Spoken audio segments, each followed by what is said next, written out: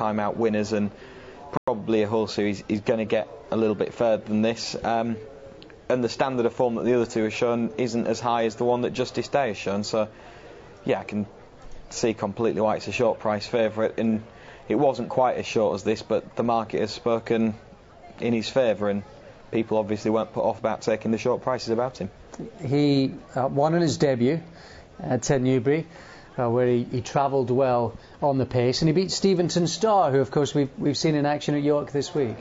Yeah, all in all, that form is a good piece of form. Steventon Star came out and beat Peñaphobia at York in a novice race during the course of the week, and had also won at Windsor in its maiden the time after getting beaten by Justice Day. All in all, that form just did work out really well first time up, and it was a strong run, and then went to Ascot and finished behind Anticipated. Anticipated looks a nice prospect itself. I think he's a fair horse now. Yeah, the two of them were split by 3/4 of a length. They pulled clear of the rest. He was just a little bit keen, wasn't he, Justice Day, that in the early part of the race that day, and he didn't see it out quite as well as Anticipated. It was another nice prospect.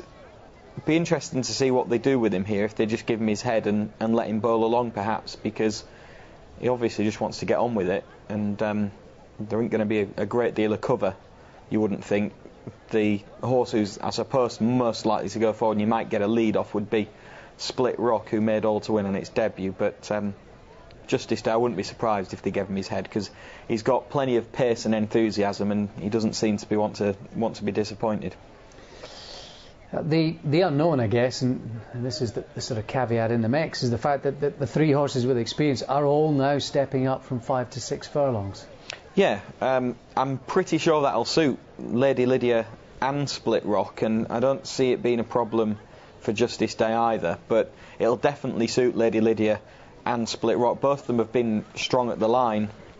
Split Rock on both starts found plenty of pressure at Southwell on that winning debut, and then at Newmarket last time out, it was here at the Craven meeting in that conditions event behind Vodka Time and Mademoiselle.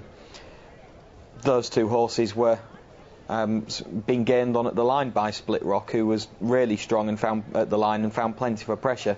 Even though he got beaten, he found improvement from first to second run, and I'm sure that he will progress for this longer trip, as will Lady Lydia, who will probably improve for the experience as well, because having shirked with promise in a maiden at the Craven meeting and not getting the best of runs through, she still looked quite green when winning in a small field at Yarmouth last time out. She missed the break, she was green under pressure, she hung a little bit, she leant into the second horse, Lilo Lil, but she was ultimately pretty strong at the line, and with that in mind, I think she will be suited by the extra furlong as well.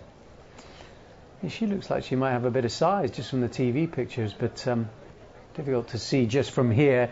And then you've got Ben's Boy, who's the newcomer, related to Hand and Horse in Juvenile. This is a hot enough introduction. Yeah, it's a tough ask first time up, isn't it? But it's related to a couple of reasonable enough performers. Juvenile, who was like an 80 rated-ish handicapper, and one that raced in France called Foot Steppy, who was placed in group company.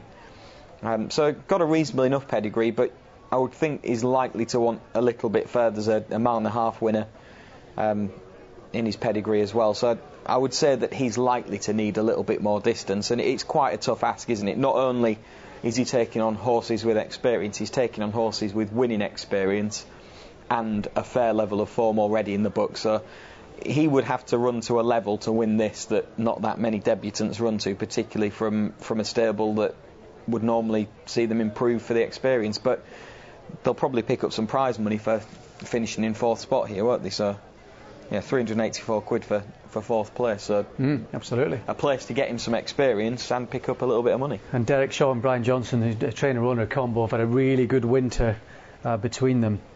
I guess £5. Wait, we have to just consider briefly £5 to Ben's Day, and Lady Lydia gets £8 off the top two. And Ben's Boy gets Adam McLean 7 on top of that as well. But Justice Day, definitely the one to beat. His form has got the most substance to it. Particularly bearing in mind the longer trip, you would want to see him settle a little bit better than he did at Ascot last time out, but he's the standard bearer on form. Here we go, Split Rock, last one in. This is the Yew Tree Insurance Novices Stakes, 6 furlongs, 4 runners. They're off. They're racing. All 4 well into their stride. On the right, Lady Lydia in the red cap, in the middle with the green colour, Split Rock, and against the rails on the far side, Justice Day, and the newcomer Ben's Boy right there with them as well at the end of the first furlong. It's ladies first. Lady Lydia leads from in second place Split Rock. Third on the far side, the favourite Justice Day, and sharing third spot with him this side is Ben's Boy. Coming down now with 4 furlongs left to run, Lady Lydia, Seb Sanders quickens it up, the leader by 2.5 lengths. In second place, Split Rock, Kieran Fallon. Adam McLean on the outside on Ben's Boy, in the back marker, Dane O'Neill on Justice Day. Might just be looking for room here. Let's see what happens as they come down to the bushes. 2.5 left to run in the Yew Tree Insurance Novices Stakes. And against the rail, Lady Lydia being ridden along to try and get a challenge, Split Rock. Here comes Justice Day off the rails now and is beginning to motor under Dane O'Neill. Ben's Boy's running a big race first time out. Furlong and a half left to run. Lady Lydia the one to catch. Here comes Justice Day with a good looking run stand side. There's no room at the end for Split Rock and has to switch towards the far side. It's Justice Day who comes through to take it up. Odds on favourite now, in control, in command and running away with it. It's another for David Ellsworth and Dane O'Neill. Justice Day is the winner. In second place, Lady Lydia. In third place, Split Rock. In fourth, Ben's Boy. Justice Day beats Lady Lydia, giving her enough weight. And it's a double on the day for David Ellsworth and indeed Dane O'Neill after Clara in the previous contest. 2 improving horses from the same yard. He slightly ran around a bit in the dip and then when he met the rising ground, but in the end that's just part of the experience curve, and his class has been stamped on this race eventually with some authority.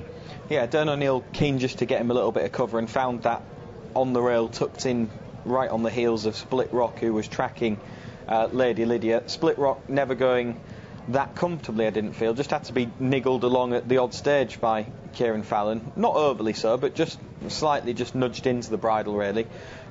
Lady Lydia has shown plenty of pace and has had the run of things out in front, but has travelled quite sweetly. Not quite good enough to live with Justice Day, who Dane O'Neill eventually pulls the horse out and everything goes right for him really. Pulls out, the gap is there at just the right time. He takes